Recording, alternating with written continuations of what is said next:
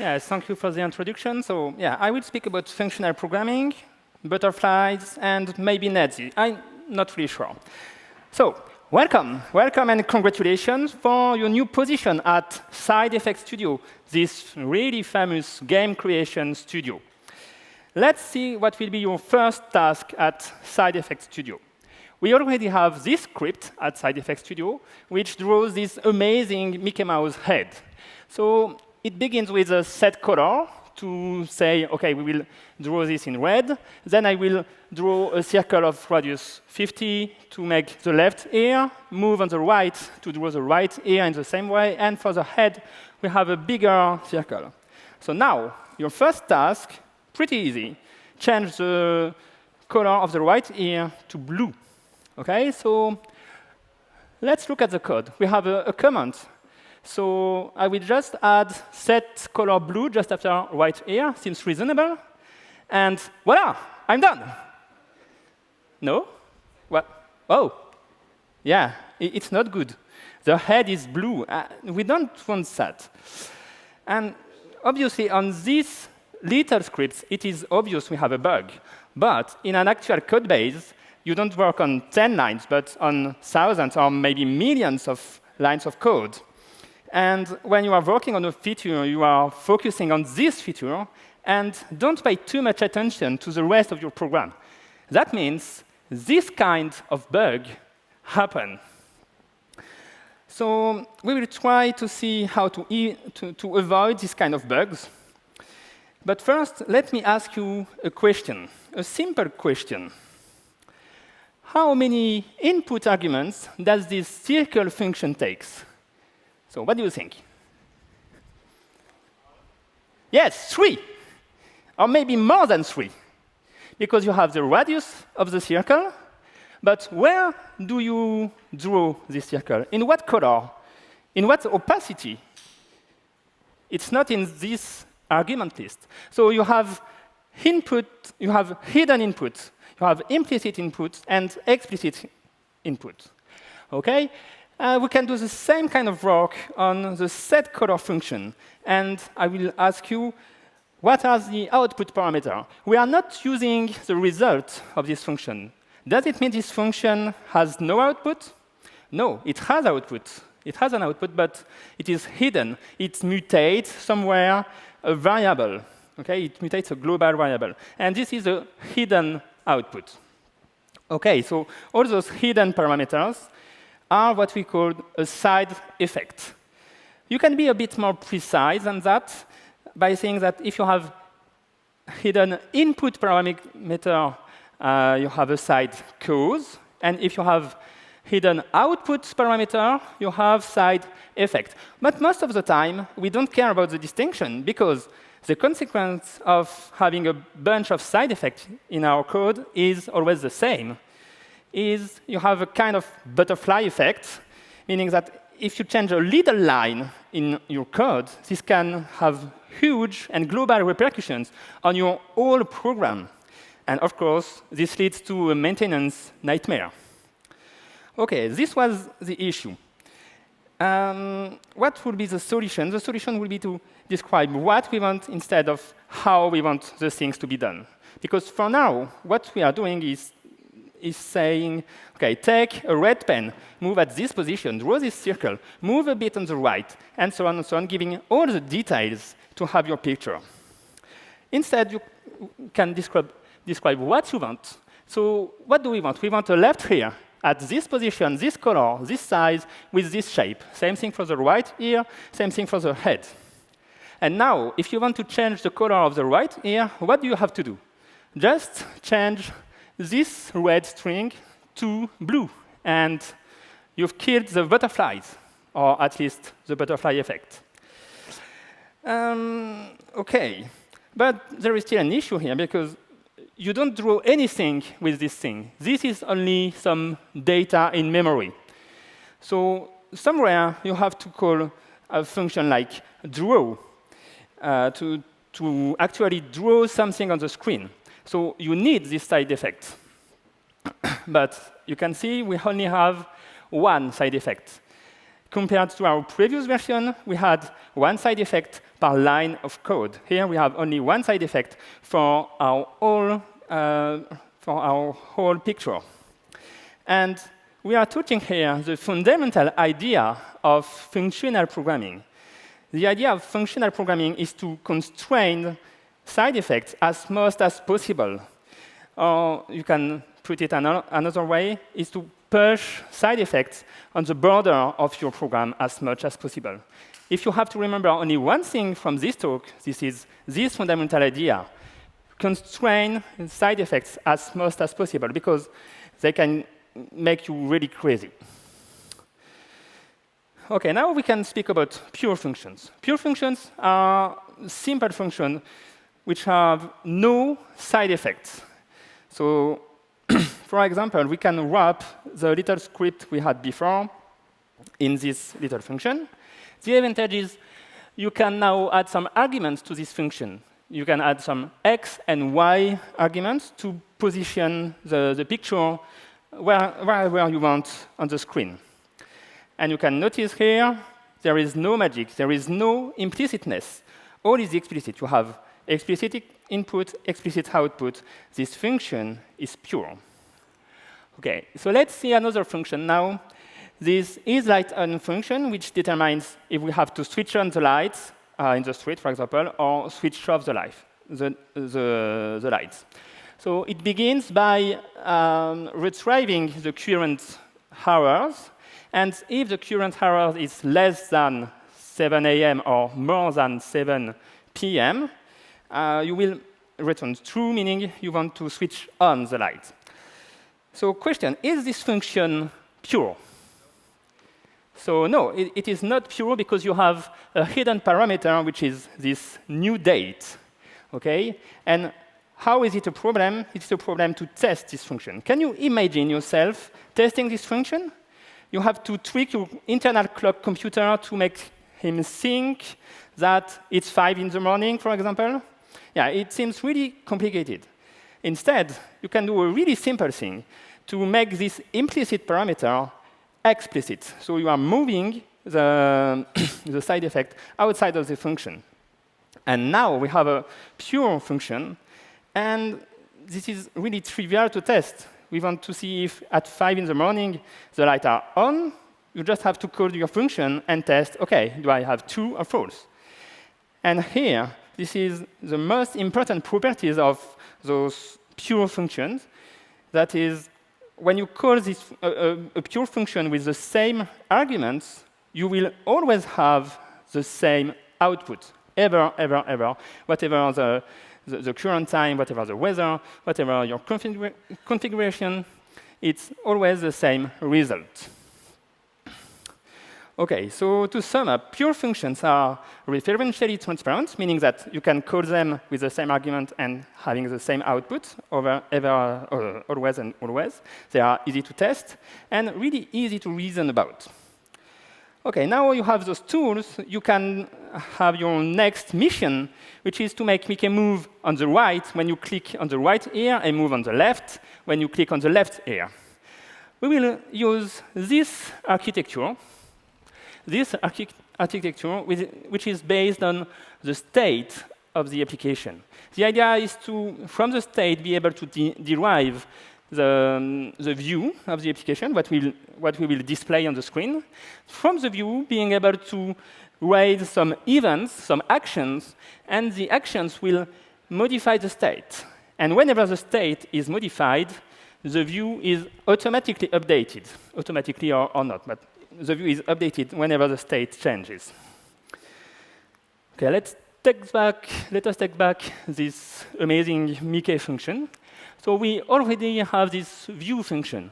And if you look at the argument of this function, we have x and y. And in our case, this is the state of our application. Because knowing this x and y parameter, you know exactly where to draw the Mickey Mouse head.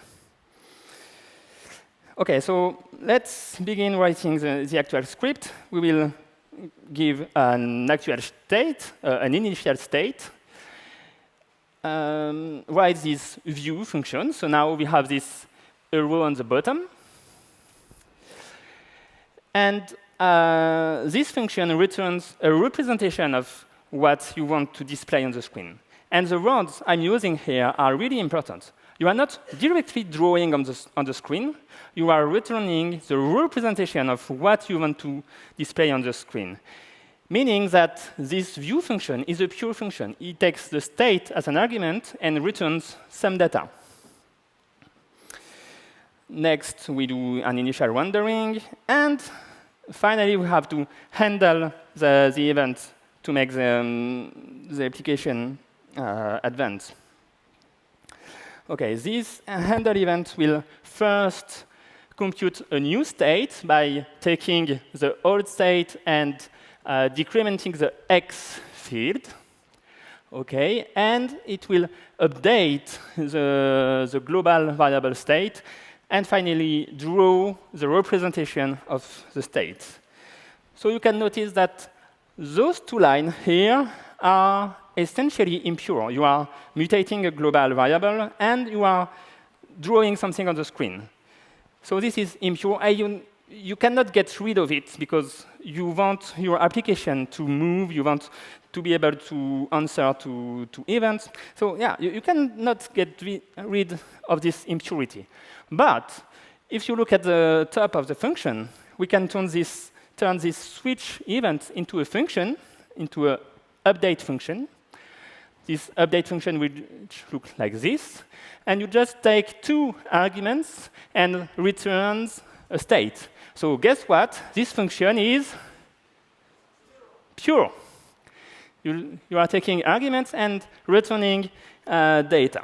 Yeah, pure functions are really boring.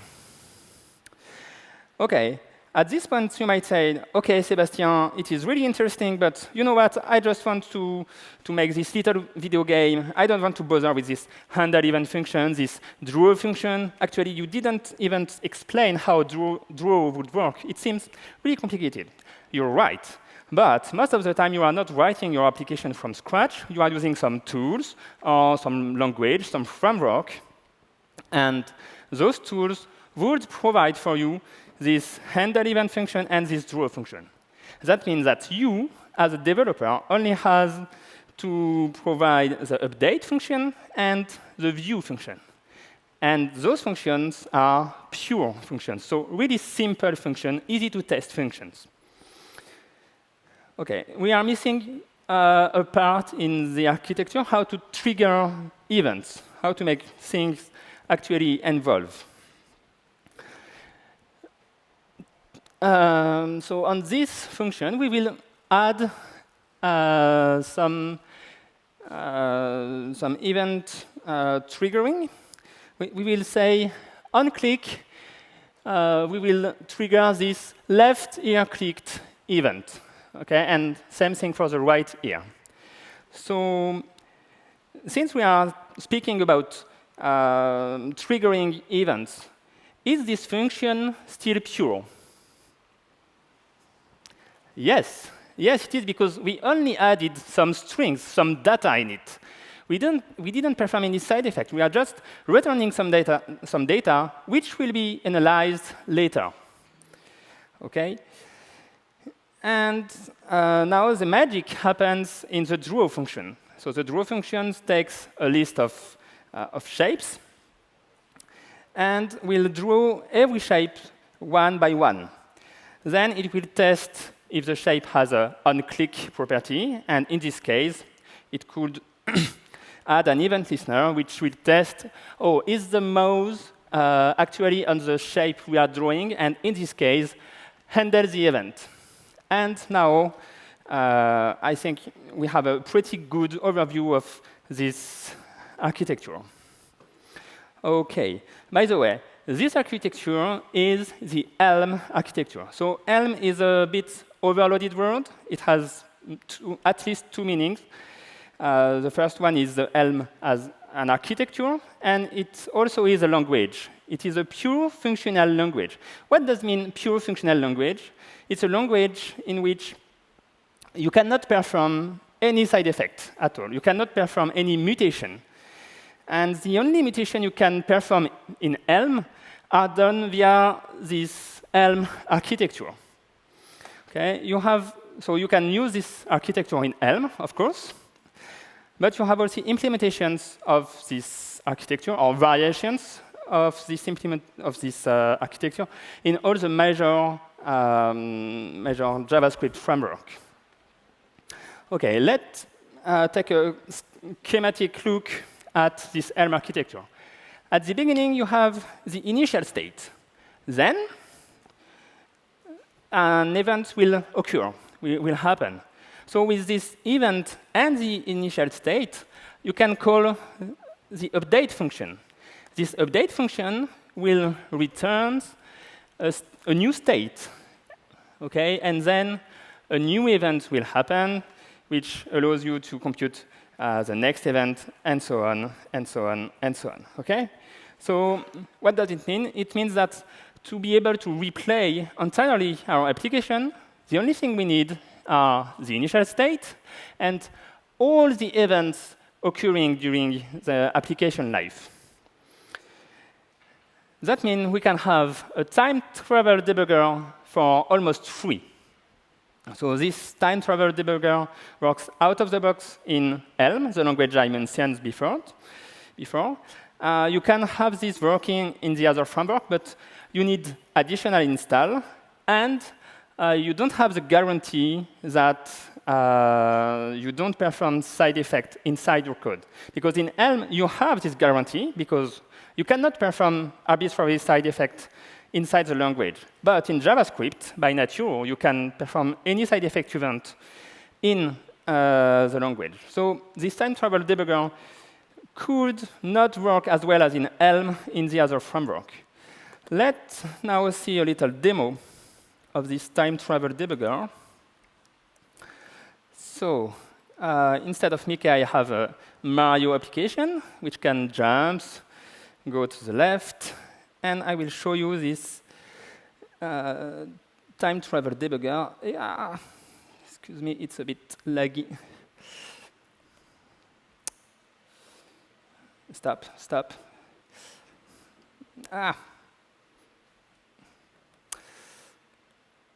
Yeah. Nope. Yeah. OK, this is paused. So I'm sorry, I have a big lag between my mouse and the screen here. So it's complicated. So what I can do is to replay all the events which occurred during the little session you saw. And you see that I can replay my session. Okay? So what are you seeing in this panel? So on the left, you are seeing all the messages which happened during the session. So you see a bunch of tick events. This is because we are running a real-time application. And in this case, the runtime can generate all those tick events at every frame to be able to refresh and recompute things at every frame. So you have this kind of event. You will have also this arrow left event, meaning that I pressed the left arrow on my keyboard. And on the right, you have the state of the game. So here you have the velocity on the x and y, and the position, x and y, same thing. OK, so you have this time travel debugger for free in Elm. OK, let's talk about something which looks totally unrelated to that, databases. We have here a simple, boring SQL database with a list of users and some admin rights. Oh, I need my remote command, sorry. And what does this table reflect? This table reflects the state of your application. But think about it.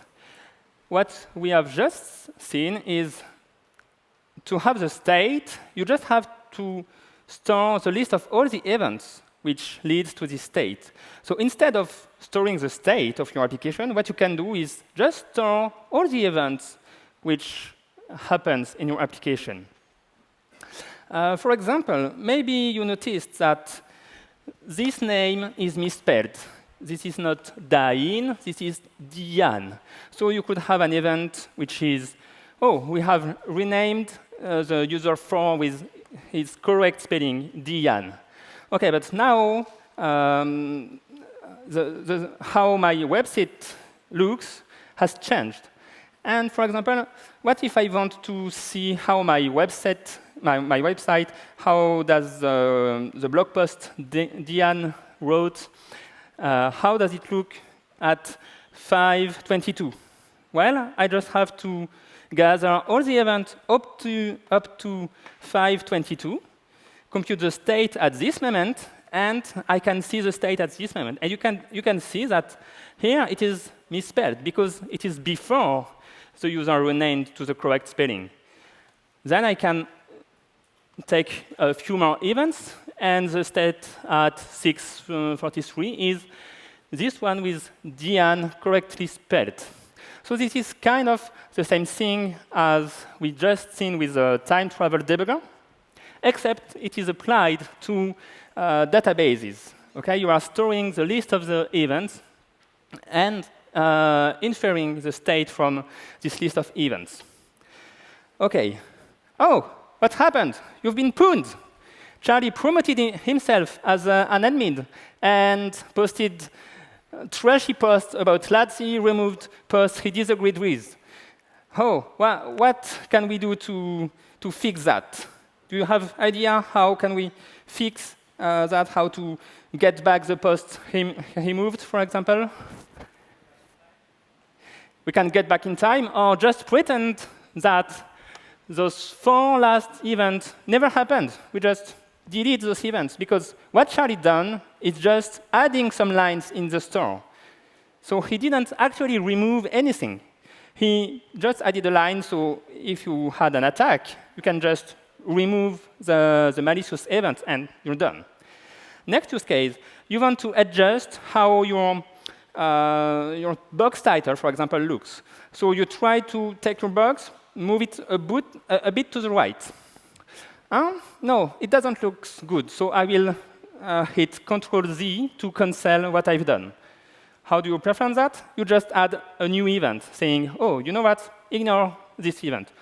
Oh, but actually, it was better like that. So I will cancel the cancellation by, for example, hitting Ctrl-Shift-Z. And for that, you just add a new event, saying, oh, ignore the ignoration event. And you can stack the ignoration event as long as you want. OK, this pattern is called event sourcing pattern. So you can search for it in your favorite search engine.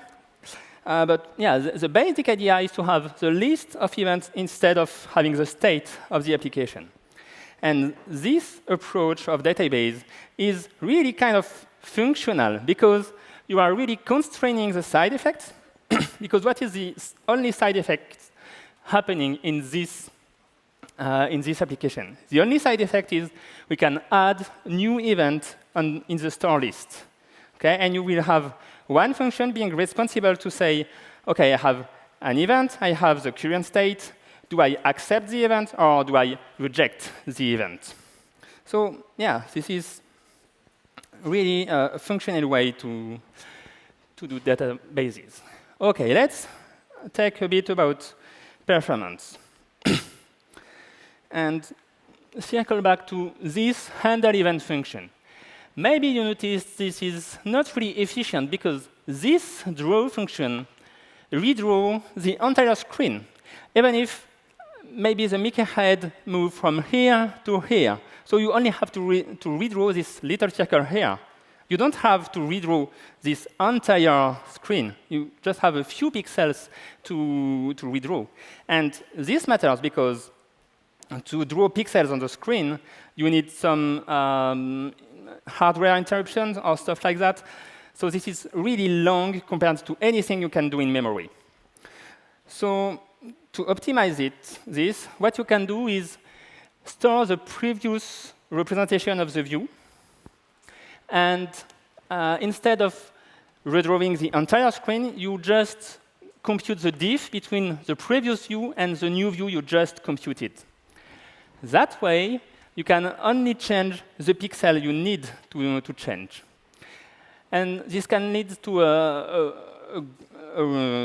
very good improvement, because most of the time, what you do in those view functions is really a cheap computation. I say most of the time. Of course, sometimes you are computing some really heavy physics, so it's not cheap, but most of the time this is cheap. And modifying the pixels on the screen is hard and take a long time. So this is a great optimization you can perform. So what I've described here works on pixel. You compute a diff on the pixels. And in real life, for Elm, React, and Vue, for example, they are working on the DOM, what you are displaying in the browser. So that's why we are calling that virtual DOM. And this is a pretty effective technique to have great performances by describing your view in a functional way. You know, if you have done some React or some Vue, you have the state of your component, and you just describe how this component renders. OK, let me show you some other cool stuff about functional programming. And I will speak about a fundamental tool in functional programming, which is the map. Not this kind of map, but this kind of map. So you have a Fibonacci array, whatever. And if you call this map function, you give, where is the ladder? Oh, whatever. So you have the function on the top, n, a row, n plus 1. So that means this is a function which takes n and returns n plus 1. Okay, so this map function takes a function as an argument, which will describe what transformation you want to apply on every cell of your map, of your array, sorry. Okay, you could do the same thing with a for loop, okay? And what is the difference between those two implementations? The first one describes what you want to do. You are saying, OK, I have an array, and I want each cell to be incremented. In the second one, you are describing how you are doing things by giving all the details. You have this little I variable. You're accessing the array at the cell E. You make plus 1, and then you affect the value to this cell back. OK. So the first one is functional, and the second one is more imperative. More on that a bit later. So what if, in this map function, I give some function having some side effect? Print is definitely a side effect. It doesn't return anything, and it changes how the screen looks. So in this, if you pass some impure function, order matters, and I would say the implementation of map matters. Because, for example, if the implementation of maps starts with the last element of your array, the first thing we'll display will be the last element of the array. If the implementation of map starts with the medium element of the array, it will display first the medium element of the array. OK, but if instead you have a pure function, if you can ensure you have a pure function in it, order doesn't matter. Order doesn't matter, and the implementation of map doesn't matter. You can say, OK, I have a pure function. Order doesn't matter. Work can be done in any order. So I will split the work into 3 people, Alice, Bob, and Charlie, even if Charlie is a bit mean, whatever. So I will give the first third to Alice, the second third to Bob, and the final third to Charlie. And then I concatenate the result of the 3. And yeah, I can distribute the work. OK, but here we are touching a limit. Until now, all what I've said is applicable whatever the language you use. If you use JavaScript, Python, PHP, Java, whatever, you can make implicit arguments more explicit. And you can do that when you will back at work after DevBreak, look at your code. Oh, is this function impure? Can I make those arguments more explicit? Can I make this function more testable? You can do that whatever your language. And I encourage you to do that. But ensure that a function is pure is not something which is really easy, or maybe almost impossible to do in Python, JavaScript, Java. Okay, so now let's explore other languages to see what we can gain if we can have this, if we can ensure that the functions are pure. There is, for example, this language, Fullstack or Fullstack. I don't really know how we pronounce it. And like Elm, this is a pure functional language, meaning that you cannot have side effects, and you cannot neither mutate any variable in it. Okay? So you have the guarantee that the function you pass to the map function is a pure function. And Fullstack takes advantage of it by splitting the work over the GPUs. Fullstack is designed to work on GPU. So what is a GPU? It's just, it's pretty much like your CPU, but I guess your CPU has 4, maybe 8 cores. In a GPU, you have up to 1,000, maybe 2,000 cores in it. And so Fullstack is designed to nicely split the work across all these cores, and so take advantage of this amazing hardware. And you can do this with only providing pure function, simple, boring functions, without having to bother about, oh, I have 2 threads here. They are reading the same memory. I have to be careful to not write the memory, to not have deadlock. No, you just write pure function, and then the compiler will distribute the thing and deal with nasty details.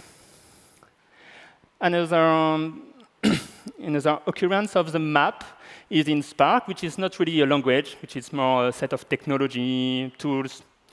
And instead of distributing the work across GPU, it distributes the work across multiple servers. Oops, there is a typo here. Multiple servers on a network, for example, on the internet. So this slide just to illustrate how generic this map concept is and how it can apply on plenty of situations. OK, sum up. Pure functions are referentially transparent, meaning that you can call them with the same arguments and have the same output over and over.